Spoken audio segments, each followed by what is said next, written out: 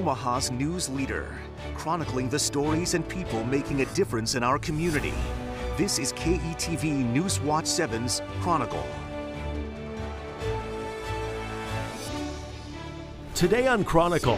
Who's going to be harmed? I think Nebraska citizens are going to be harmed. The crusade against cannabis and the fight for relief. Why should I be forced to choose between saving my child and being prosecuted? CBD shops raided, police and prosecutors divided. We have other priorities. Nebraska's governor fears medical marijuana will lead to full-blown recreational use. It's a bad idea. I mean, we can see what's happened with full legalization in Colorado. And the reality for patients right across the river with Iowa's budding new law. Suggested I try the legal marijuana.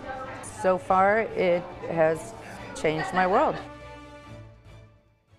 Thanks for joining us today for Chronicle Cannabis. I'm David Earle. From CBD and hemp to medical and recreational marijuana, everyone has an opinion, and you're going to hear all sides of the argument today.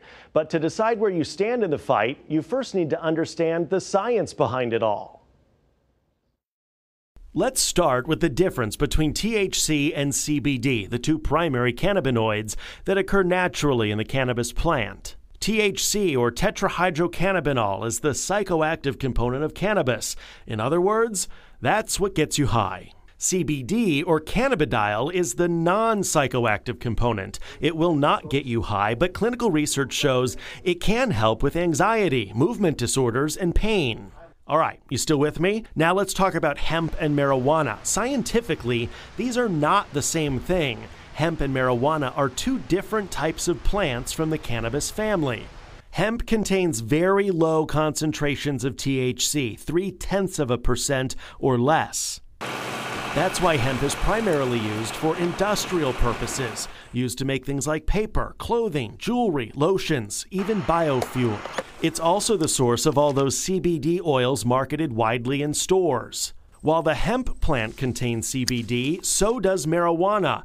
The difference is that marijuana is abundant with THC, and its potency is higher than ever. Thanks to agricultural engineering, you'll find THC levels in marijuana anywhere between 15 to 40%. That's why it's grown for recreational and medicinal purposes, especially in states where it's legal and regulated. Right now, every plant in the cannabis family is illegal in Nebraska. State law doesn't see a difference between hemp and marijuana or CBD and THC, even though the science shows they are not the same. Chronicle's Andrew Ozaki had a chance to sit down with State Attorney General Doug Peterson and ask the Republican why he's the opposition. Who's going to benefit from it is an industry that'll stand to make a lot of money. Who's going to be harmed? I think Nebraska citizens are going to be harmed. Attorney General Doug Peterson says his opposition to legalizing marijuana has grown, even for medical purposes, mainly because of new reports weighing the impacts of legalization in other states. These are showing that the marijuana has more detrimental health impacts than people initially recognized. He points to a study by the National Academy of Medicine. That cannabis use can increase the risk of developing the conditions of paranoid schizophrenia and other psychosis. And a 2015 study also suggests a possible link between cannabis use and schizophrenia. But it also notes there's room for doubt, saying in many cases it's impossible to tell which came first, cannabis or schizophrenia. I think our young people are going to be harmed with this much more potent drug. And with medical cannabis, the Attorney General says there are too many doubts, saying scientific research has yet to determine its safety and effectiveness. There's only really one entity that wants to rush this, and that's the marijuana industry. They want to rush it before the medical evidence can be flushed out. On the issue of CBD oil, Peterson issued this memo in September 2017, saying the product, even though it may contain no THC, is still illegal in the state. The definition of this product is illegal. Some counties like Sarpy have issued cease and desist orders to stores who sell the products. Scottsbluff County recently dropped charges on an owner, the prosecutor saying he has bigger issues to tackle. We recognize each county has to make its own determination. Peterson is speaking out because he sees public opinion polls softening towards legalization. He wants Nebraskans and lawmakers to do their own research. Don't rely upon me or someone in the industry, but do your own study and figure out, because it's going to be a significant public policy issue. In Lincoln, Andrew Ozaki, KETV Newswatch 7. All right, you heard Andrew report on it there. The Attorney General's position on CBD specifically led police to raid a mom and son store selling the product in Scotts Bluff. The county attorney there eventually dropped felony charges. Nebraska is just one of 3 states in the country left to legalize CBD, and it's an issue that has prosecutors torn. Douglas County Attorney Don Klein runs Nebraska's largest office of prosecutors and is by far the busiest of the bunch. He says targeting CBD is at the bottom of his list of priorities, especially because it cannot get you high. The people that test drugs for us say that it doesn't have that impact. So I think it would be very difficult to get a conviction with that in mind. Douglas County Attorney Don Klein says, sure, Nebraska law technically makes CBD from hemp illegal, but unlike the state's attorney general, he's not determined to make a stand on the substance. Don't look for any cases coming from his office. Prosecutors in the Douglas County Attorney's Drug Unit are more concerned with massive shipments of marijuana, meth, and the killer opioid fentanyl. In fact, when it comes to hemp-based CBD products, Klein wants them extracted from statutes that make selling or possessing them felonies. The legislature needs to act is what needs to happen here. They need to fix this. That's happening now in Lincoln. Several measures before lawmakers this session would remove hemp from the state's Controlled Substances Act. But until the legislature acts, if you travel south of Harrison Street, it's a different story. Sarpy County Attorney Lee Polikoff is in lockstep with the Attorney General. I agree with the Attorney General's opinion that under the state laws in Nebraska, it is an illegal substance. Again, right now, the legal definition of hemp and marijuana are the same in Nebraska, despite scientific conclusions that the plants are different. Polikoff sent cease and desist letters to CBD shops in his jurisdiction, threatening legal action if the stores keep selling. The action has yet to happen, and even though the feds ushered in an era of legal hemp, the local prosecutor has this warning until there's action from Lincoln. I'd advise people not to go out and start planting hemp and growing it yet, even the ones with the hemp with the small amount of THC in it.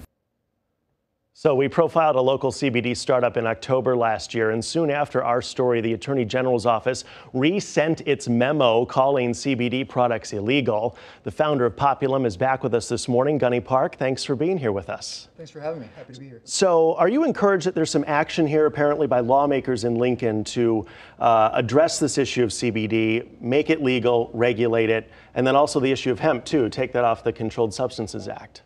Yeah, I think it's long overdue, but definitely great to see that there is movement in the local Congress, and excited to see what outcomes come out of it. Yeah, can you talk about how long that this has been? I mean, hemp has been grown in Kentucky for years now, Colorado. I mean, how far behind is Nebraska on this issue? Definitely at least 4 to 5 years. Hemp started getting deregulated at the federal level, starting in 2014 with the passage of a federal farm bill, which allowed states to start their own pilot programs. States such as Kentucky, Colorado, Tennessee, a lot of states in the West Coast, East Coast, all across have started their pilot programs, and unfortunately Nebraska is still very much at its early stage. Can you put this in context for us? How big is the CBD industry in the United States right now?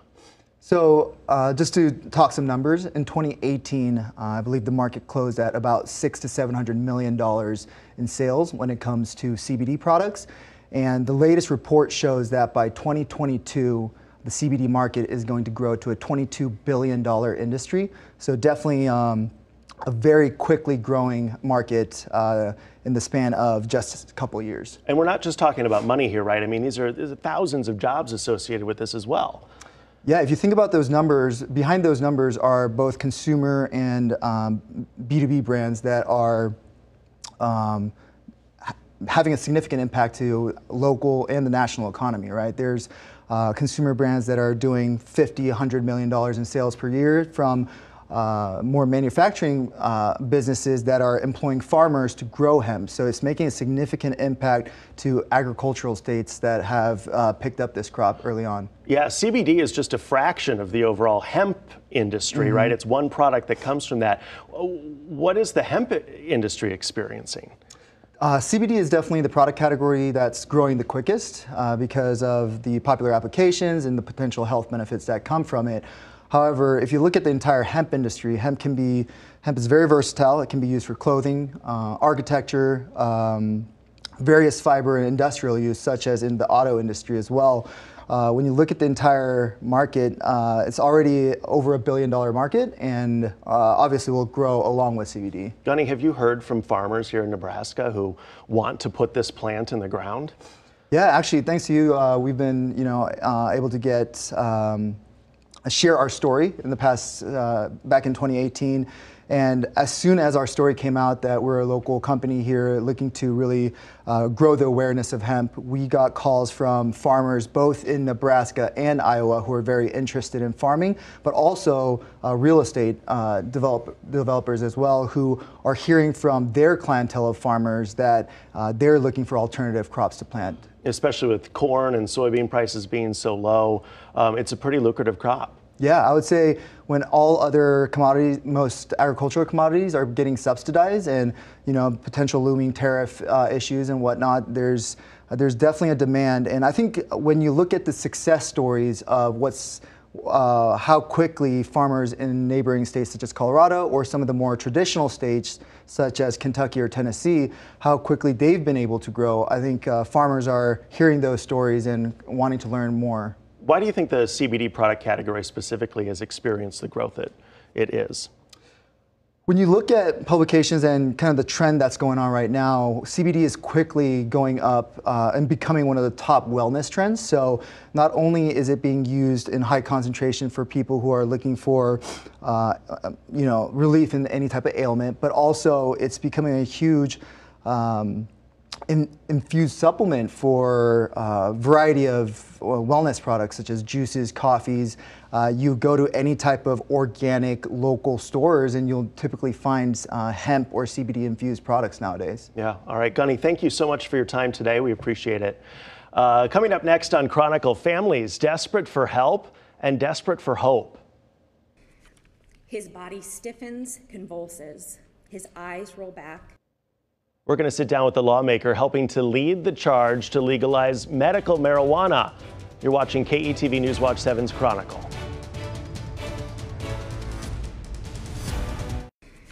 His body stiffens, convulses. His eyes roll back. Why should I be forced to choose between saving my child and being prosecuted? That is a mom who's dealing with this issue every day. She says marijuana is medicine for her child, and dozens of others who testified in front of lawmakers in Lincoln say the same. Opponents like Governor Pete Ricketts and legendary Husker football coach Tom Osborne argue this is dangerous territory. This idea that marijuana is not addictive is a myth. It's not dangerous, it is a myth. There's a lot of dangers there, again, that we don't know about. And that's why you have an FDA process to really vet this for a medical purpose. But the state senator leading the charge says they are confusing facts with fear. Senator Wishart, could you explain to me why you think the time is right for medical marijuana in Nebraska?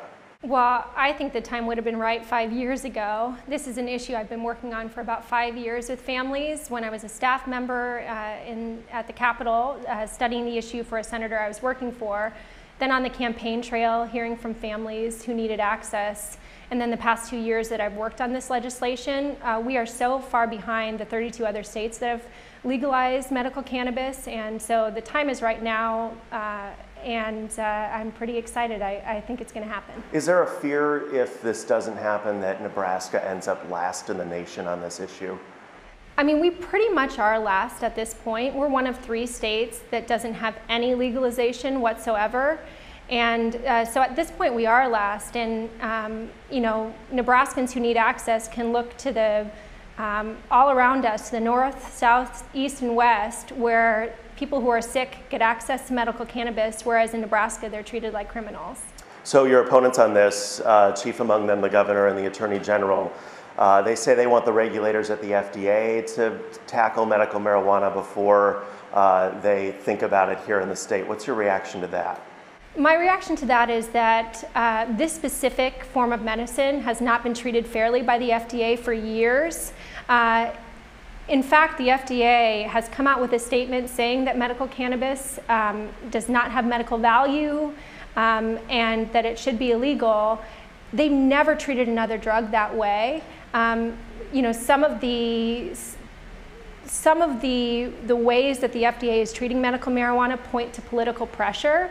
So my concern is when people are saying we should go to the FDA, my concern is that FDA process has been broken when it comes to medical cannabis. When you hear Coach Tom Osborne say something at a press conference like this, that the relief for some people suffering from some symptoms cannot help the greater good, or isn't worth the greater good, I think that was what he said at that press conference. When you hear that, what do you think? You know, that was really hard to hear. It was mainly hard to hear because I heard it through the families who themselves or their children are sick and need access. And I remember them talking to me that weekend. One of the mothers in particular who struggled with this for 5 years to try to get her son access because of his epilepsy, she couldn't even get out of bed. She was so disheartened by that statement. I think every person matters in this state, and we have a chance to create a compassionate medical system that brings people access to a medicine that gives them relief. You know, the Attorney General also, when he was making the rounds on this issue, suggested on a radio show that big marijuana money was behind this measure. I know you've just talked about the families. When you hear the chief law enforcement officer of the state of Nebraska suggests that, what's your reaction? It's very inappropriate. This is an issue that is completely grassroots driven. This is an issue that has been led by Nebraska families and Nebraskans and has not been led by any industry. And so I would have appreciated it if he would have come to me and asked me before making those statements. So when I had a conversation with the Scottsbluff County attorney on a CBD related story, he had mentioned that when they do jury selection in drug related cases out there and they ask the jury their feelings on some of these topics, 60 to 70% of people in Scottsbluff support the legalization of medical marijuana. Why do you think you've run into such opposition from state leaders when 60 to 70% of people in Scottsbluff County, for example, say they're ready for this? You know, that is a really hard question to answer. It's one that a lot of people ask me, why can you not get your colleagues on board with this when it is one of the most popular issues I've ever worked on? And I've actually served on a jury and had that question asked, and there was like 80% of people raised their hand that they support legalization. I think the issue is that it is really tough to be the people responsible for creating the system. And change is tough, but we were elected as legislators to make these tough decisions, to study the issues, and to be really bold and do things that support Nebraskans. And so I hope my colleagues will rise to that challenge. Can you just explain a little bit about how the measure would work, right? There's a plan for this to be tightly regulated and then available to some people with certain medical conditions. Yes, so as the bill stands right now with the amendment that I put on it, a person who has an ailment that would qualify would go to a doctor and they would get recommended cannabis, and then that person would go to a very highly regulated dispensary where they would get a product to be able to utilize in a certain amount that they can have. And so it's a very tightly regulated system. And I like to remind everybody that currently, it's not like we live in a world where people aren't self-medicating with marijuana right now. And my concern is that we don't have a system that really supports public health, because people are buying things, they're buying products off of the street illicitly that you don't know what's in it. It hasn't been tested. It could be moldy. It could have pesticides. It could be laced with something else, and they're self-medicating. So why not create a system, since marijuana already exists in Nebraska, why not create a system where you're interfacing with doctors and people are getting the help they need and quality product? I know Iowa's kind of struggling with this right now because they have medical marijuana, and then there was some question as to, well, perhaps enough people don't qualify for it. It's kind of restrictive in terms of who can qualify for it. How do you address those challenges if this were to become the law? Yeah, so it's a balance because you want to have a regulated system, but you don't want to have one so much so that it restricts access. I think Iowa is a very problematic system because they only allow low amounts of THC. They eliminate about 98% of the people who would actually benefit from the medical qualities of cannabis. I mean, THC, and I know it's gotten a really bad name for itself, and frankly, it is something where people who are consuming it should be doing so under sort of the consultation of a doctor. But THC is used for multiple sclerosis, for people with cancer who are dealing with nausea, people with HIV. So it's a really important part, and Iowa eliminates the ability of people to have access to that because of their really, really restricted system. I know you said this before, you prefer the legislature handle this issue, but you are prepared to take it to the voters. How would that work? Yeah, so yes, I want the legislature to handle this. This is why I signed up for this job, to tackle really tough issues in this legislative body. But unfortunately, I'm not as optimistic that LB 110 will be able to pass. And I am very optimistic that the people of Nebraska, if given a chance to vote on this issue, would vote overwhelmingly in favor. So we have filed language. We are meeting with the Secretary of State this week to confirm that language, and then we will start collecting signatures. We need we'll need probably 130,000 signatures across the state for it to get on the ballot. But I feel very confident that we will get this on the ballot, and in 2020 it will be passed into law. My conversation with State Senator Anna Wishart there of Lincoln. Well, next on Chronicle, medical marijuana may still be a dream for Nebraskans, but it is a reality across the river. So far, it has changed my world. How the change in Iowa state law has changed lives just over the border.